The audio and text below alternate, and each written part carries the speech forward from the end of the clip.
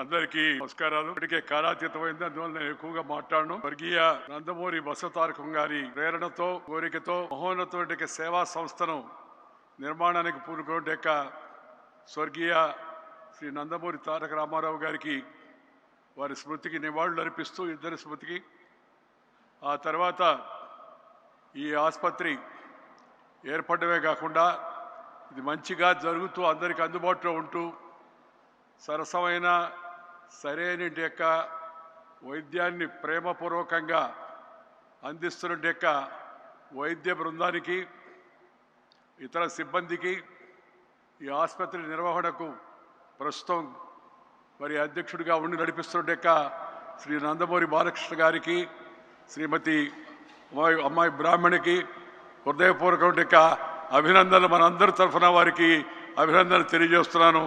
మంచిగా దీన్ని ఇలాగే అమరావతికి వ్యాపించడమే కాకుండా అందరికీ కూడా అందుబాటులో ఉండేట్టుగా మరింత దగ్గర చేసే ప్రయత్నం చేయాలని చెప్పి నేను కోరుతున్నాను.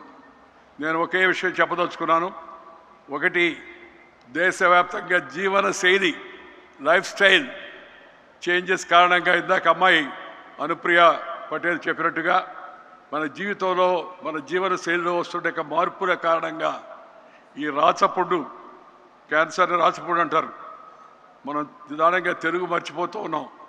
ఇందాక మన శ్రీ చంద్రశేఖర్ గారు, మంత్రి గారు మాట్లాడుతూ ఉంటే నాకు చాలా సంతోషం వేసింది. ఇంత అమెరికాలో ఉండి ఇంత అద్భుతమైన తెలుగు భాషా పరిజ్ఞానం, విజ్ఞానమే కాకుండా పరిజ్ఞానం కూడా కలిగి ఆ భాషా మాధుర్యాన్ని మనకు వినిపిస్తూ ఉంటే నాకు మనసులో ఎంతో సంతోషం కలిగింది. ఇవాళ ఈ యొక్క శ్రీమతి బసవతారకం క్యాన్సర్ హాస్పిటల్కి మొదట విరాళాలు ఇచ్చిన వాళ్ళందరినీ కూడా నేను హృదయపూర్వకంగా పేరు పేరున అభినందిస్తున్నాను. అలాగే శ్రీ పోలవరపు రాఘవరావు గారు, శ్రీమతి పోలవరపు తులసి గారు మొట్టమొదటి ఆ రోజుల్లో రామారావు గారి హయాంలో ఈ ఆసుపత్రికి వారు ముందుకు వచ్చి సహకరించారు.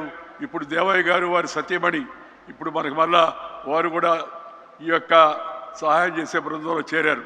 వీళ్ళందరికీ హృదయపూర్వక అభినందనలు తెలియజేస్తున్నాను.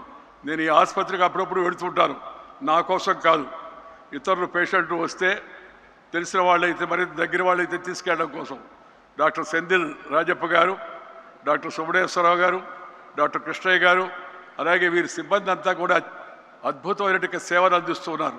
అన్నిటికన్నా ముఖ్యంగా కావాల్సింది ఏంటంటే, మన పెద్దలు చెబుతూ ఉంటారు, వైద్యం, విద్య ఈ రెండు కూడా ఒక మిషనరీ స్పిరిట్తో పనిచేయాలని. It's a mission with passion for the sake of nation. No omission, no commission and no remission. It should be like a mission. ఈ మిషనరీ జీల్తో ముందుకు ఈ ఆసుపత్రిని తీసుకెళ్తున్నందుకు వారి వైద్య బృందాన్ని అందరినీ కూడా నేను హృదయపూర్వకంగా మరొకసారి అభినందిస్తున్నాను. ఆఖరికి ఒక మాట చెప్పి ముగిస్తాను. ఇందాక మంత్రి గారు చెప్పినట్టుగా దేశవ్యాప్తంగా ప్రజలందరికీ ఈ క్యాన్సర్ టెస్టులు చేయించడం అవుతుందో అది ప్రభుత్వ కర్తవ్యంగా కేంద్రము, రాష్ట్రము ఇద్దరు కూడా ప్రాధాన్యతలో అందరికీ ఈ పరీక్షను తప్పనిసరిగా నిర్వర్తించేట్టుగా చూడవలసిందిగా నేను కోరుతూ ఉన్నాను, సలహా ఇస్తున్నాను.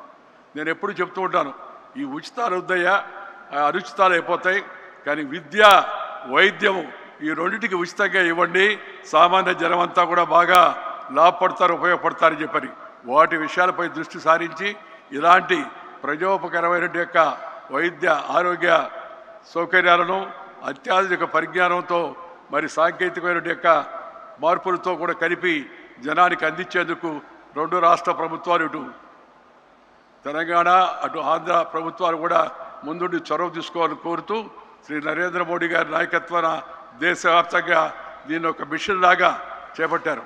ఆ మిషన్లో మనందరం కూడా భాగస్వాములై ఆరోగ్య భారత నిర్మాణకు సహకరించవలసిందిగా కోరుతూ మీ అందరి సెలవు తీసుకుంటూ నమస్కారం. జై హింద్.